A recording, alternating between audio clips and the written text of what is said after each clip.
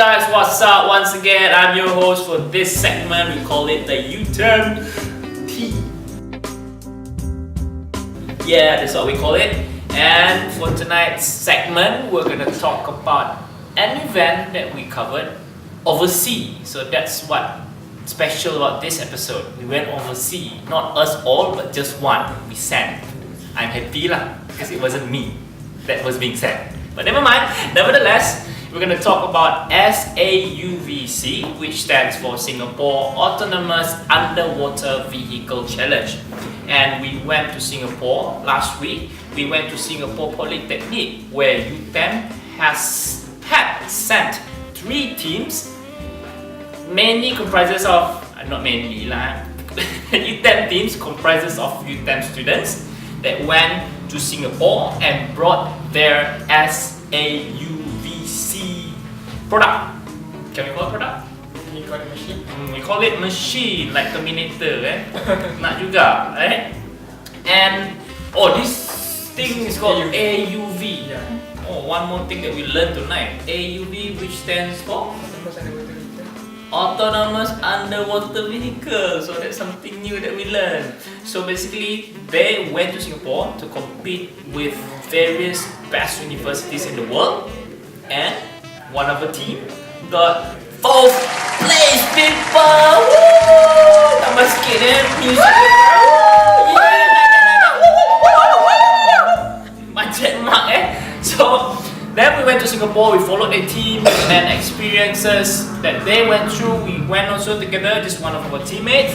So to better understand the competition that they went through, we'll have a chat with 2 of our guests from UTeM's Banter, they call themselves. Right. For the first guest that we have invited is Mr. Fazli, and the second guest for tonight is Mr. Zikri, and the team sweet name, not pet calling or cat calling, they call him Zach. Single. Whoa. Sing. They sing, not single. They sing. Album. Okay. We'll start off by, can you guys share what is the event about? I mean, we all know when we covered the event, we posted UTeM TV. We got so much hype about it, like everyone is watching, everyone is commenting. So can you tell us about what is SAUVC is all about? Okay, so SAUVC as it stands, we have underwater vehicle. Alright, so if you have seen Tesla models before, autonomous vehicles running on land. And now we are going underwater. Right. It's definitely no control. We have no control, and we just place the AUV on the water, and it sinks and go do its task as we program. Oh, yeah. So basically it's just like the Tesla autopilot lah. It's like autopilot, it's programming, but we don't have the AI technology yet in here. Oh. So what you guys use for the programming part? Okay, for the programming part, we actually use Arduino board. As you all know, Arduino can be programmed to many different kind of things. And the Arduino itself, we use it for controlling the thrusters. The things we call thrusters. It's here. This is the thrusters. Yeah, thruster. We have 6 thrusters controlled by the Arduino board, and also controlled by 6 ESCs. ESC is electronic speed control. Electronic speed control. Yeah. ESC. It's like the escape button on your keyboard. Yeah. It's not escape. It's electronic speed control. Yeah. It is mainly used in drones, but we also use it in AUV, underwater vehicle. Right. So maybe you want to explain the AUV. From my point of view, the SAUVC is more to encouraging the participants toward automation technology, so we can get along with the brand new technology. Nowadays, there are a lot of AIs and intelligence, but now we're moving down into the water.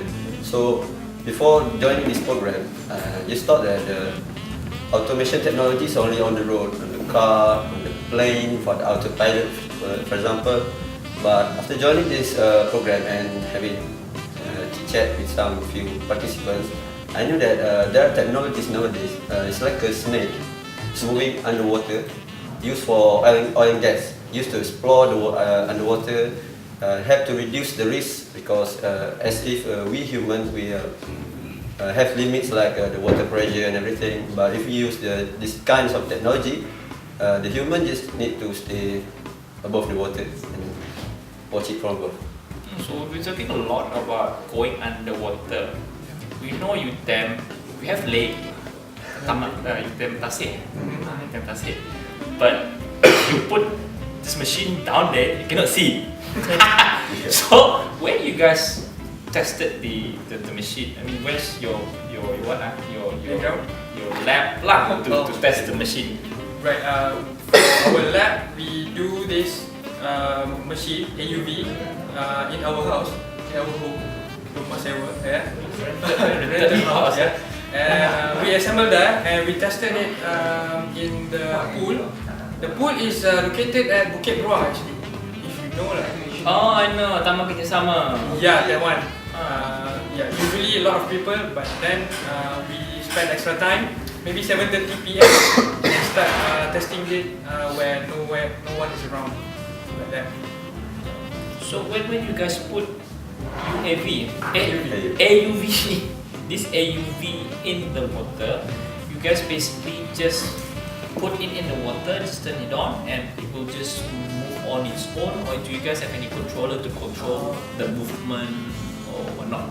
No, basically the AUV also stands for autonomous, so we just put it in the water and monitor it. How we control it, how basically based on the codes that we use, how we ask it, what we ask it to do, is go straight or pick the ball. So we've been talking a lot about local stuff, like which people that they went to test the AUV. Oh my god, AUV, Autonomous Underwater Vehicle. So let's go overseas now. Let's go to Singapore. So when you guys first reached Singapore, how do you guys feel bringing UTeM's name? Oh, we feel very proud. At the same time, proud bringing the Malaysian name and also the university, and also at the same time feeling a bit scared because we don't know we can win or not that time. And the same time stepping on Singapore, overseas, yeah. People overseas. Yeah. Okay, stepping on Singapore, and then during the competition, like what feeling do you guys have during the competition? Like what have you guys seen that you guys have never seen before? Like what's wow factor there? In the Singapore club? Yeah, during the competition, during the event. Okay. For me, one of the wow factor is the technologies from the other countries. For example, the Russian team, their box is not like this. It's shaped as a regular CPU. Straight. CPU like desktop. Yeah, At first glance, I thought they bring CPU for coding. Next thing I saw, there's the two thrusters by the side of it. It's quite mesmerizing, but so like the Thai scheme, the robots like a nuclear warhead something. And so not so many different shapes and technologies, advanced technologies. We use wires, manual wires to transfer codes, but there are teams that use Wi-Fi to transfer codes. So we pick it up, plug it in, transfer the codes. Then just go through. So this design is actually very common because we are using Blue Robotics components. The bodies from Blue Robotics, this one thrusters, everything. Lots of it from Blue Robotics, and then we add our things lah. So from the initial Blue Robotics, what settings or what configuration, additional values that you guys added to this that made you guys be in the 4th place competing against world's best universities in Singapore? Okay, so from the Blue Robotics, it is actually a ROV, remotely operated vehicle, yeah. And we had to change the ROV settings to autonomous vehicle. Like the placement of the thrusters from 45 angles, we have to take it outside and make it straight, so the AUV will swim straight. Okay, let's zoom in. So you guys said this thing this turbine and for mechanical engineering I know turbine thruster malu sikit okay.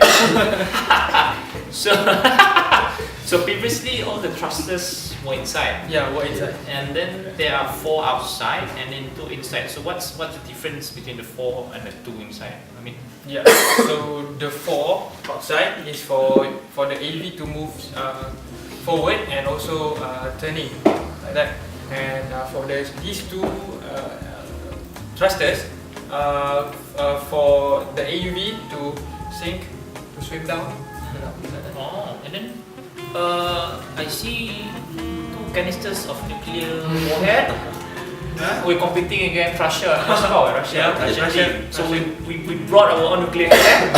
There's 6 here, 2 black and 2 grey. So what is this? So these are not nuclear warheads.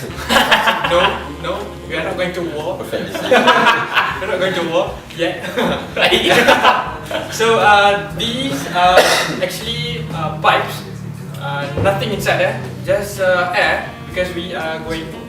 Yeah, it is for buoyancy purpose because we have to configure the AUV to swim straight, dive straight, and also if it is not going straight, I'm afraid we will lose.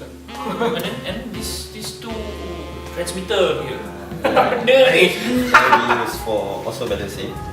Basically. It's just a weight, basically weight. Seems small but it's quite heavy.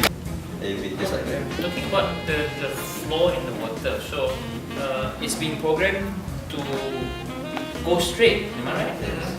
So during the competition, does the water flow, does they vary to make the flow different or Well, they not very.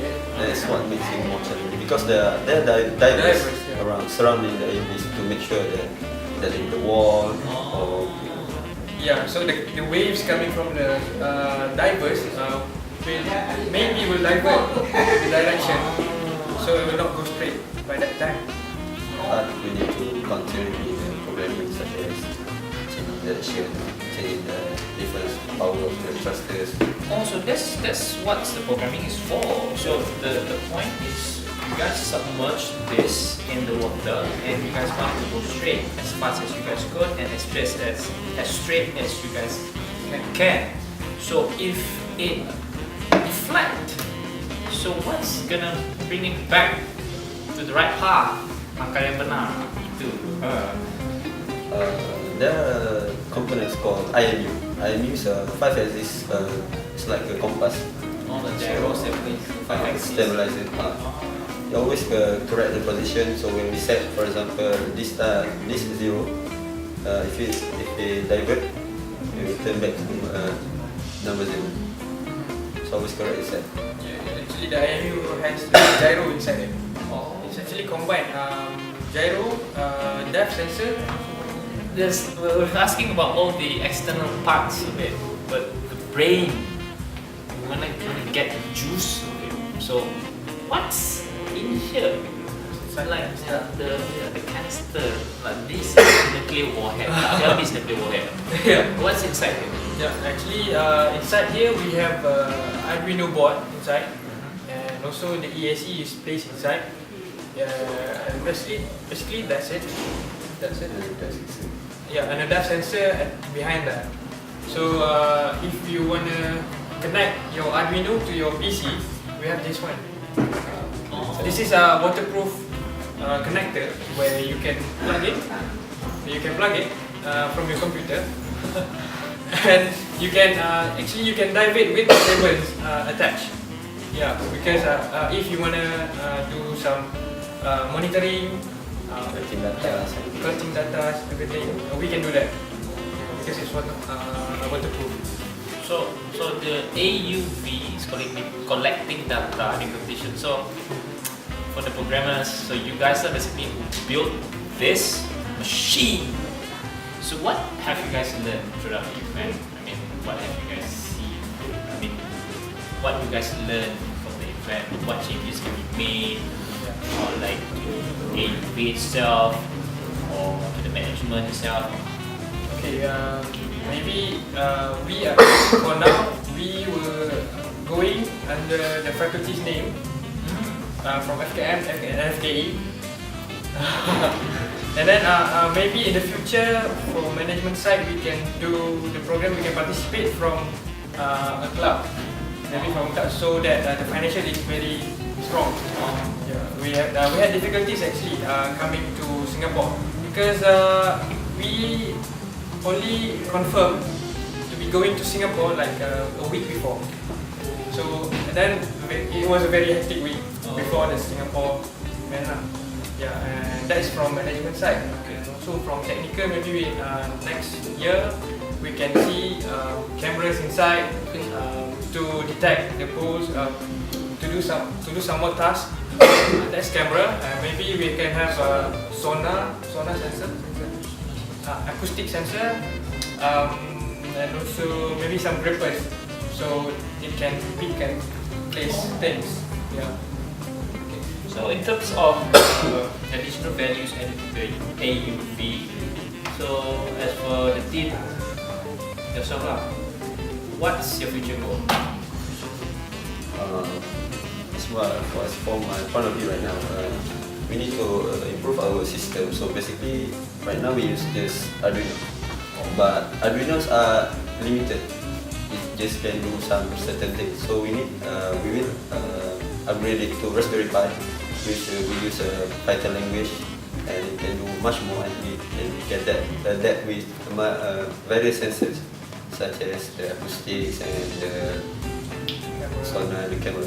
Initially there are cameras in here, but we have difficulties to connect it to the Arduinos because Arduinos can only connect to certain boards, not every board available. So we need to take it out and just use whatever we have.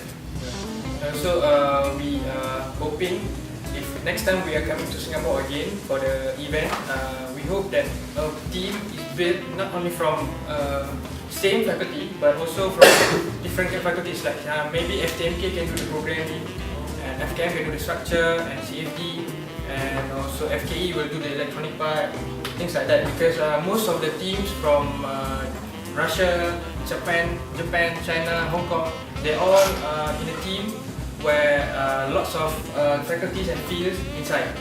Yeah, so we had difficulties in programming the parts, programming the board, and also we have limited knowledge at that certain level. Yeah. But if combined through all UTeM, I think we can win the competition next year. So we will win. We will. Strong word, eh? So basically for the future plan, maybe they would add a camera, sonar sensor, and they are using Arduino now, and they will add on American Pi. No, can blur that, Raspberry Pi saja. American Pi tahu?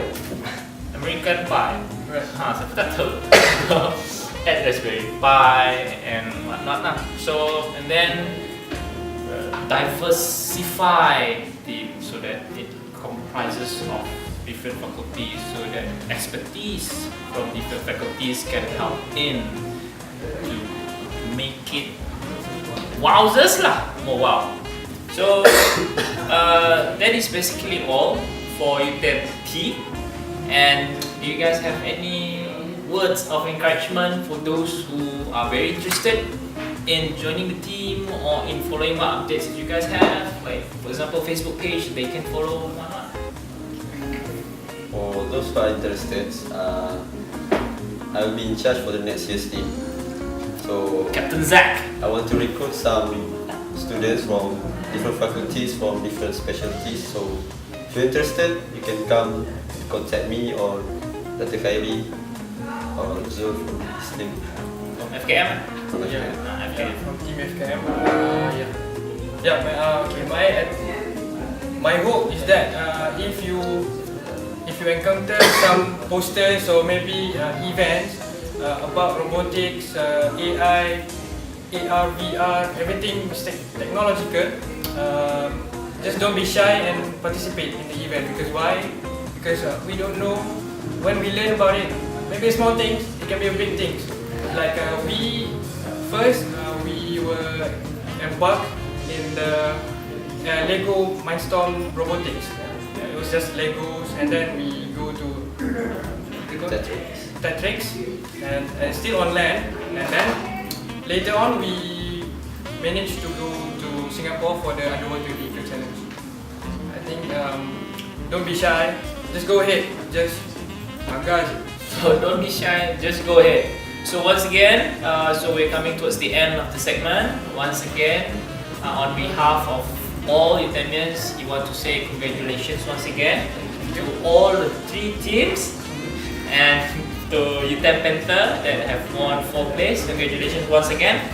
And don't forget, stay tuned to more episodes of UTeM Tea, and don't forget to subscribe to our YouTube, follow on our Twitter, in our Instagram, and also in our Facebook. Hope to see you guys soon. Enjoy the show. Bye bye.